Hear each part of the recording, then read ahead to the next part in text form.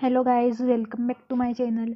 Episode की शुरुआत अमन से होती है कि क्या आपको पेट में दर्द हो रहा है। रोशनी कहती है कि मैंने 2 दिनों से स्नान नहीं किया, मैंने अपने बाल नहीं धोए, मुझे अजीब सा लग रहा है, मैंने अभी कुछ नहीं खाया और बहुत बातूने हो तुम। वह पूछता है कि तुम क्या खाओगे। वहाँ बहुत कुछ बताती है। वह पूछता है कि क्या। वहाँ कहती है हाँ, मैं बात कम करती हूँ और कम खाती हूँ।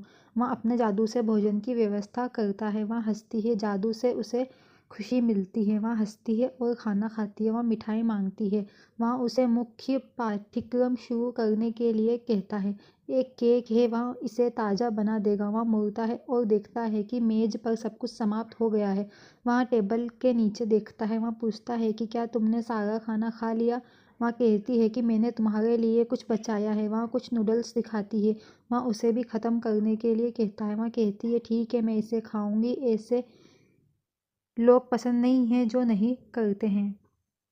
टेबल मैनर्स है, मुझे गुस्सा आता है। वह कहता है हाँ, तुम्हारे बालों में नूडल्स है। वह पूछती है कि क्या आपके पास होगा। वह नहीं पर हस्ताक्षर करता है। वह भी खाती है। वह पूछता है कि क्या आपका पेट दर्द दूर हो गया। वह कहती है कि अभी भी वहाँ है, मिठाई नहीं आई। वह कहता है कि मैं सेकूंगा और आऊँगा।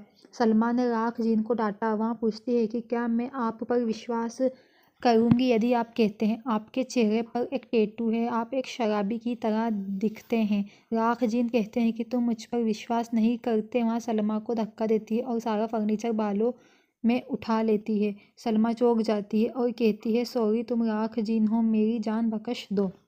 वह चिल्लाती है।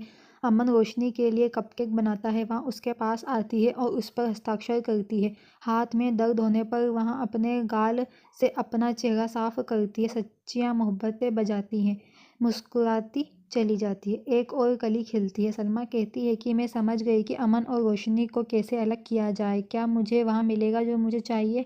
राख जिन हाँ कहते हैं। सलमा कहती है कि मैं अमन को रोशनी से नफरत कर दूंगी। राख जिन कहते हैं फिर जाओ और आका से वादा करो। सलमा ने वादा किया। बुरी ताकतें अमन और रोशनी के प्यार को रोकना चाहती है। रोशनी व्यवस्था देखती है और पूछती है कि ये सब क्यों। अमन कहता है कि आपने कहा था कि आपने 2 दिनों से बाल नहीं धोए हैं।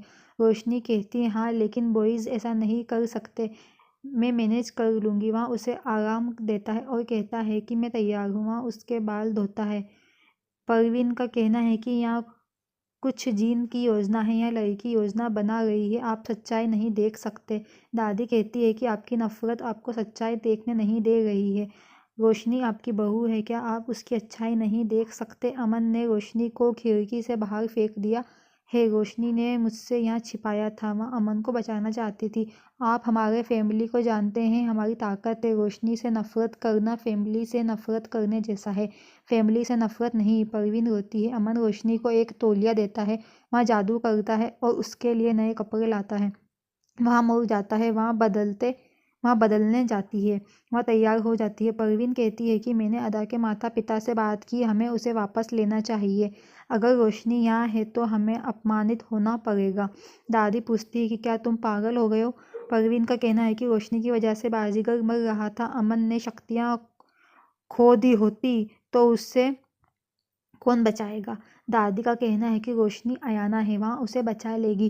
परवीन कहती है कि ऐसी लड़की अयाना नहीं हो सकती। अमन रोशनी को देखता है। जब उसका जादू काम नहीं करता तो वह पोशाक का फीता बांधने में उसकी मदद करता है। बाजीगर दूर हो जाता है और आंखें बंद कर लेता है। अमन फीता बांधता है।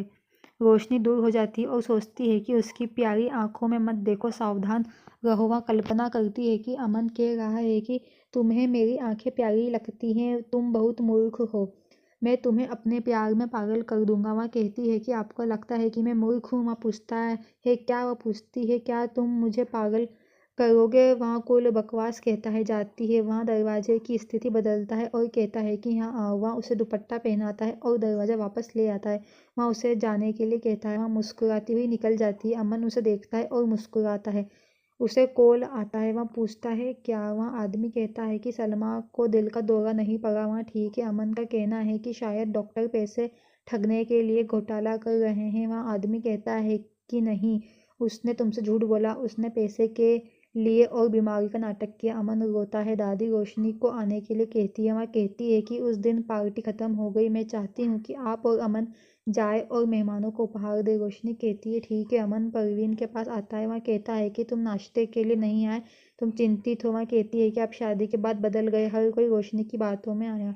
उसने मना किया। वह कहती है तो मुझ पर कसम खाओ और कहो कि तुम उस लड़की के करीब नहीं जा रहे हो। अमन उसे देखता है।